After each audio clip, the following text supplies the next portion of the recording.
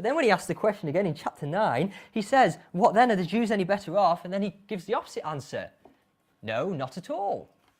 So you want to ask Paul, which is it? Are the Jews better off, or are they not better off? He would say yes and no.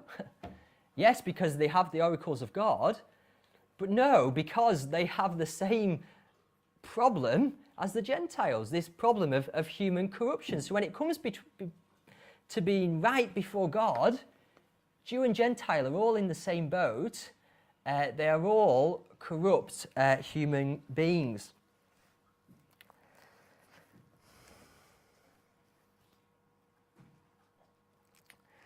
He puts it like this. No, not at all, for we have already charged that all, both Jews and Greeks, are under sin. That's the problem. Under sin, that's the kind of language of dominion. So we're all dominated by sin. Sin's like a slave master that rules us. It has us in its grasp. There's no escape. And that's true of each one of us. It's true 2,000 years ago of people alive in Paul's time. It was true 2,000 years before that of people alive in the book of Genesis. It's true today that every single person in the natural state is dominated and ruled by sin. We see that throughout the Old Testament. That's one of the big lessons. We're going to be starting looking at Genesis chapter 1 to 12, and that lesson comes again and again and again, that we are enslaved to sin. And as you watch through the Old Testament and follow the people of Israel, again, you see that pattern. The book of Judges. How many times does God rescue his people, and then it seems like the day after they turn to idols, away from worshipping God, to worship false gods? And you want to shake them, and say, what are you doing? God's the only one that can rescue. And then you see the same pattern in your own life, and you realize you're perhaps not much different than them. So as Paul unpacks this diagnosis of human corruption, the first thing he wants to point out is that it affects everyone. I've kind of made that point already. I've got ahead of myself in my notes. But can you see in verses 11 and 12, none is righteous, no, not one. No one understands, no one seeks for God. All have turned aside. No one does good, no, not even one. Preacher last week, Douglas Wood, he made the point, didn't he, that when the Bible repeats itself, God doesn't want us to miss something. And here, again and again, no one is righteous, no, not one. All have turned aside. God in his law wants us to see that no one is righteous. This is something that affects every single one of us. We are all corrupt. Last week, I was having a tidy out of the shed at the bottom of the garden. I went in there, it needed a tidy up, and there was a chest of drawers at the back in the shed that had been there since before we moved in. It was kind of painted all nice baby blue. It's obviously been in a children's room at some point, and then someone decided they don't want it in the house. They've moved it out to the shed and put the tools in it, and I hadn't really paid much attention to this chest of drawers since we moved in, and I was tidying out, and I went to pick it up, and it looked great, and as I picked it up, the whole thing just fell apart in my hands. It was kind of rotten. Underneath was this rat's nest. Well, there weren't any rats in it. It looks like they vacated a while back, but it was terrible. And we may look great on the outside. We may do our best to cover over the symptoms that are bursting out at the seams, but the reality is we are corrupted to the core, every single one of us. Paul says, no one seeks for God. No one. No one seeks for God. You might say, wait a minute. What about all these different religions? Aren't they people seeking for God? Aren't they people trying to find God? Paul would say, no. No one. No one seeks for God. That's astonishing, isn't it? What we do seek for, we seek for a God made in our own image. We seek for a God who will pat us on the back. We seek for a God who will help us and make our lives better. But no one seeks for a holy God before whom they stand condemned. No one seeks for a God like that. But that's the reality for each one of us. Paul says, no one does good. No one does good. Again, it's astonishing. No one does good. We look out at people and we have categories, don't we? Okay, good people, and we have our list of what good people do, and there's bad people, and we have our list of what bad people do. And Paul just cuts across all that. No one does good. It reminds me of Jesus when he's talking with the legal expert. And the legal expert asks him, what must I do to inherit eternal life? Good teacher, what must I do? And Jesus says, why do you call me good? No one is good except God alone. They're the categories Jesus uses. God is good, and no one else is good. And Paul says that. No one does good. You see, when we do what we call good deeds, we really do them with one eye also on ourselves. Luther, I think, talked about sin us as being bent in on ourselves. We were made to be kind of turned out towards God. And Luther says that sin has bent us in upon ourselves. And when we do our good deeds, we do our good deeds with eyes on ourselves and what we can get out of it. This corruption is universal. And there's evidence to back this up. These are strong claims from the Old Testament law that Paul is quoting, but he wants to show that there's evidence to back up his claim. And he pulls out Exhibit A, and Exhibit A is the tongue, the words that we say. So he goes on to say, verses 13 and 14, their throat is an open grave, they use their tongues to deceive, the venom of asps is under their lips, their mouth is full of curses and bitterness. If you want to know what someone is really like, just listen to what they say. Especially what they say when they think certain people aren't listening. If you were to take a dictaphone and hide it in my pocket and set it on record for a week, and then I don't know, the week after we stand up here and we get the dictaphone out and we're going to play and listen to my week of speech, you would see what I was really like. The tongue, it gives away what we're really like. And Paul quotes these Old Testament verses and says our tongues, our mouths, our throats, our lips are filled with nastiness. I think this is probably why politicians employ speechwriters, isn't it? They get different people to help write their speeches because they realise if they wrote them all, they might give too much away. They might let people know what they really thought about things. So if they get lots of other people, kind of moderates their tongue, because the tongue is a window into the heart. Jesus says, out of the heart, the mouth speaks.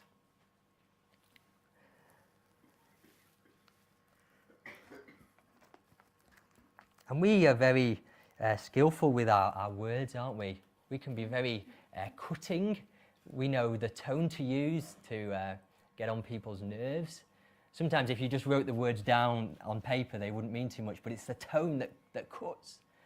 The volume, the silence. We know how to use our words to do maximum harm. And that's what the Old Testament tells us. And like I said, the scary thing is that the heart and the tongue are connected. That's really bad anatomy, but it's good theology. The heart and the tongue are connected. Out of the heart, the mouth speaks. And if the tongue, Exhibit A, wasn't enough, Paul goes on to write, verse 15, their feet are swift to shed blood, their paths are ruin and misery, the way of peace they have not known. There is no fear of God before their eyes.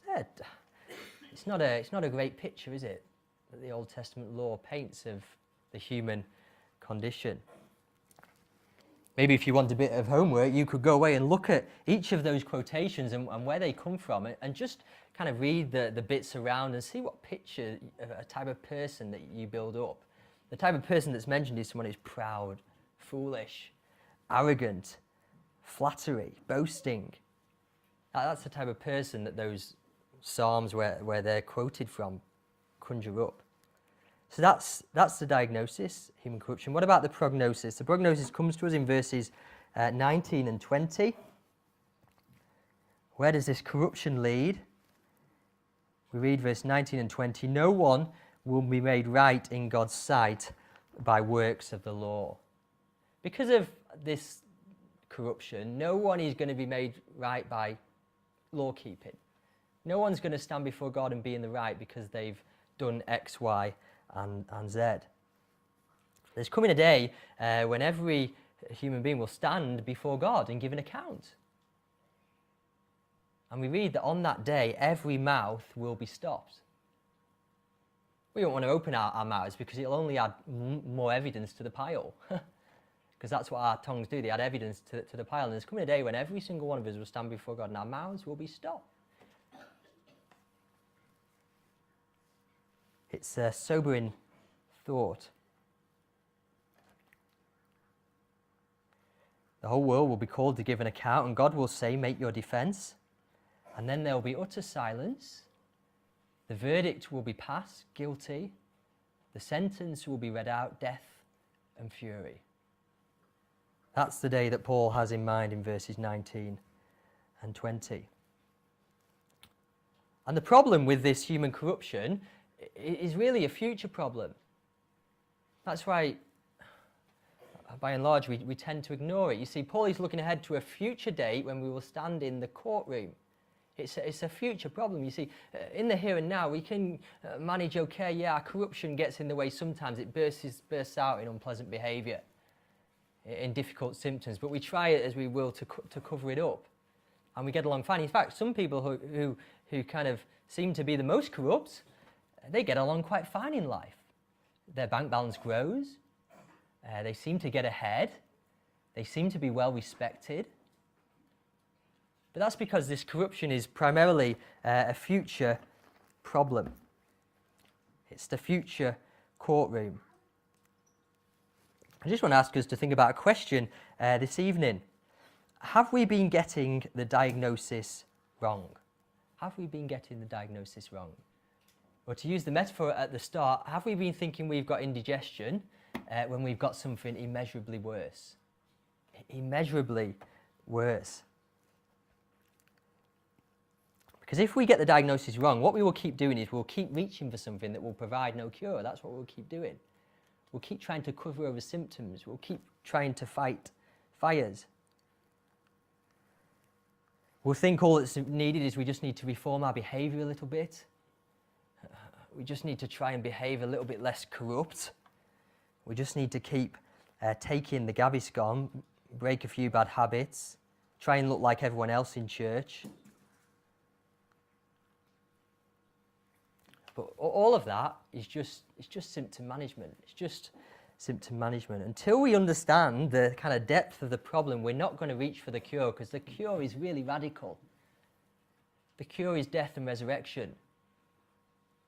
The cure is about self on the grave and Christ on the throne. And until we radically mistrust ourselves, we're not really going to trust Jesus. Until we realise that when it comes to it, we have nothing to offer but corruption, we're not going to trust Jesus with our all. So what about the cure? What about the cure? That's the diagnosis. What about the cure? Paul goes on to write about the cure in verses 21 to 26. The cure is alien righteousness. That's not my term. Some ancient theologians' term. Alien righteousness. What does that mean? Alien is just kind of from the outside. They're the little green men that come from the outside. So alien righteousness is righteousness that comes to us from the outside. So when we're thinking about cure, we don't look inside ourselves. We don't try and conjure up some sort of feeling or try and gee ourselves up or get the self-help books out. The cure is not coming from within. The cure comes from the outside. It's a right standing with God that comes from the outside. Let's read verse 21. But now, I'm so thankful for that but. If the book of Romans stopped there, it'd be desperate, wouldn't it? You know, hand on mouth in the courtroom at the end of time before a holy God so he can pronounce guilty verdict upon you. That would be terrible, but thank you, God, for that but now. But now there is the righteousness of God has been manifest apart from the law, though the law and the prophets bear witness to it. This is why the Jews are in a privileged position, because they had the law and the prophets. And the law and the prophets are testifying to this righteousness, this right standing with God that is available apart from the law. And it's a righteousness of God through faith in Jesus Christ.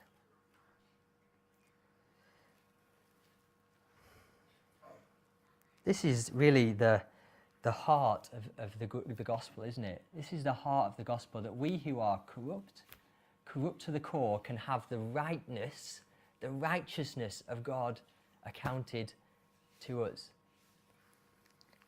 Simply through trusting in Jesus Christ. Why can trusting in Jesus make us right with God? Paul then unpacks, he wants us to be clear why trusting in Jesus makes us right with God. And he wants to take us to 3 different places to help us understand why trusting in Jesus makes us right with God. The first place is the slave market. The slave market, so back in Paul's day, they would have had a slave market. People would have been bought and sold. And the slave market, the word is redemption. That's the one Paul uses, redemption. Where's that? Verse 24. For all have sinned and fall short of the glory of God, and all are justified by his grace as a gift through the redemption that is in Jesus Christ. So redemption is about buying back. It's about buying back. People will buy back a slave.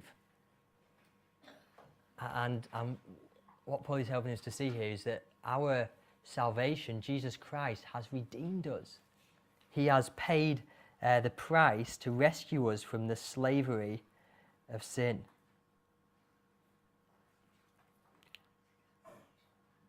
The second place Paul takes us is to the temple. The temple, the word there is propitiation. It's a bit of a mouthful, isn't it? Propitiation. That's verse 25.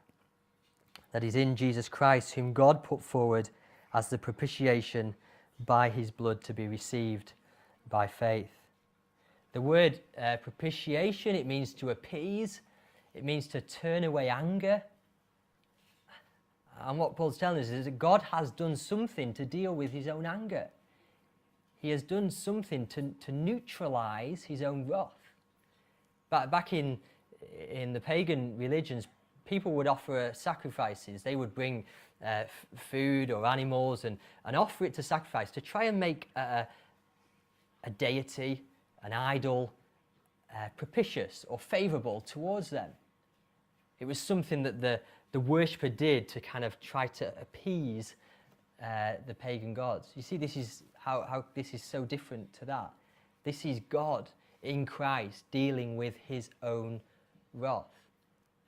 This is not something that we do. This is something that God has done and that we trust in, that Jesus has turned away the anger of a holy God. It's the temple language. In Leviticus 16, there's the description of the Day of Atonement. Once a year, the high priest would go in with the blood of a goat. He would go into the holy place where God was, and he would sprinkle the blood on the mercy seat for the forgiveness of sins for the people of God. What Jesus has done is infinitely greater than that. You see, that sacrifice kept having to be repeated. Jesus, he has given the once for all sacrifice. Hebrews 9, if you just want to turn to Hebrews 9, a couple of verses from there. Hebrews 9, verse 11 to 12. But when Christ appeared as a high priest of the good things that have come, then through the greater and more perfect tent, not made with hands, that is not of this creation, he entered once for all into the holy places, not by means of the blood of goats and calves, but by means of his own blood, thus securing eternal redemption. So Jesus has done that on our behalf, so that all who would look to him can receive this alien righteousness. That we can look to Jesus and be 100% sure that we are right with God. Not because of what we have done, but because of what Jesus has done. And the third place Paul takes us, so we've gone to the slave market, the temple. The third place we go is to the law courts. This isn't the kind of local law courts. This is the cosmic law courts. And the death of Jesus is so that God can be both just, so that God can be righteous and be seen to be righteous, and then at the same time he can also make righteous ungodly people like you and me. So Paul puts it like this: whom God put forward as a propitiation by his blood to be received by faith. This was to show God's righteousness, because in his divine forbearance he had passed over former sins. You see, those sacrifices in the temple, they didn't really deal with sin. They didn't deal with sin, but God chose to overlook, if you will, knowing that Christ was coming. But it still needed to be dealt with so that God can be shown to be just for his patience and his long-suffering with all the sin of his people in the Old Testament.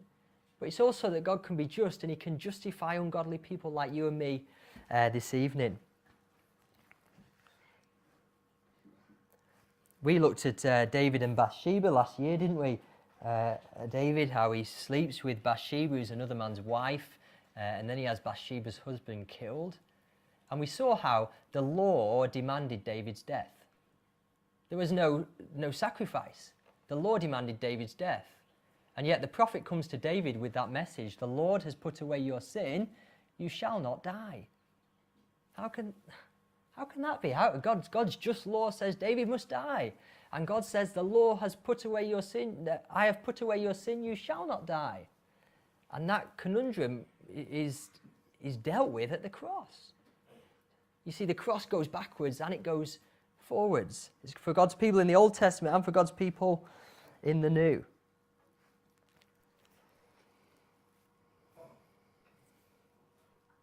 So how can you know if you are right with God? How can you know? It's not by looking inside. It's not by conjuring up a certain feeling or trying to convince yourself that you might have done enough. You're right with God simply by looking away to Jesus. Keep on looking away to Jesus and keep on trusting in him. There was a moment in history, in the history of our world, that God dealt with sin. The blood ran down from Jesus' side. He cried out, "It is finished." That's because he drank the cup of God's wrath full strength. He drank it dry so that all who will trust in him will not face God's wrath. That's great news, isn't it? That's great news, especially when you think about the end-time courtroom, where each one of us would be stood there, otherwise hand on our mouth with nothing to say. Yet now, when we're there, we can say, Jesus died for me. That's great news.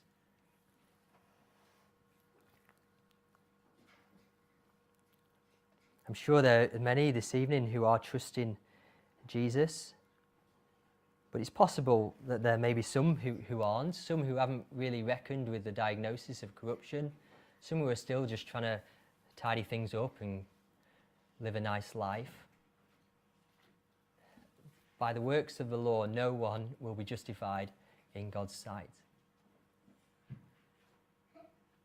And if you are still trusting in your own efforts to get yourself to God, you've got to come to the point where you radically mistrust yourself, where you see that you can do absolutely nothing, and then turn to Jesus Christ. But for those of us who are trusting Jesus already, the reminder of this passage is to keep trusting him. We need this frequent reminder of this diagnosis and this cure that comes from outside of ourselves, because we so easily forget, don't we? We so easily get turned back in on ourselves. We so easily come to God with all of our so-called accomplishments and think they make us right with him. We begin to concentrate on our progress, on how we're doing, on how our lives are changing. And what we need to do is we need to concentrate on Jesus. We need to concentrate on Jesus. But one final verse as we close.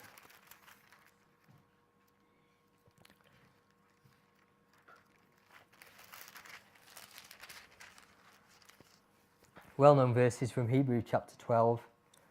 Therefore, since we are surrounded by so great a cloud of witnesses, let us also lay aside every weight and sin which clings so closely, and let us run with endurance the race that is set before us, looking to Jesus, the founder and perfecter of our faith, who for the joy that was set before him endured the cross, despising the shame, and is seated at the right hand of the throne of God. That's how we live the Christian life. We live it looking to Jesus, with our eyes riveted on him. Remembering those three scenes, the slave market, we're redeemed. The law courts, we're justified in God's sight. And the temple, propitiation, where God's anger is turned away. That's great news for us this Sunday night, isn't it? We're going to focus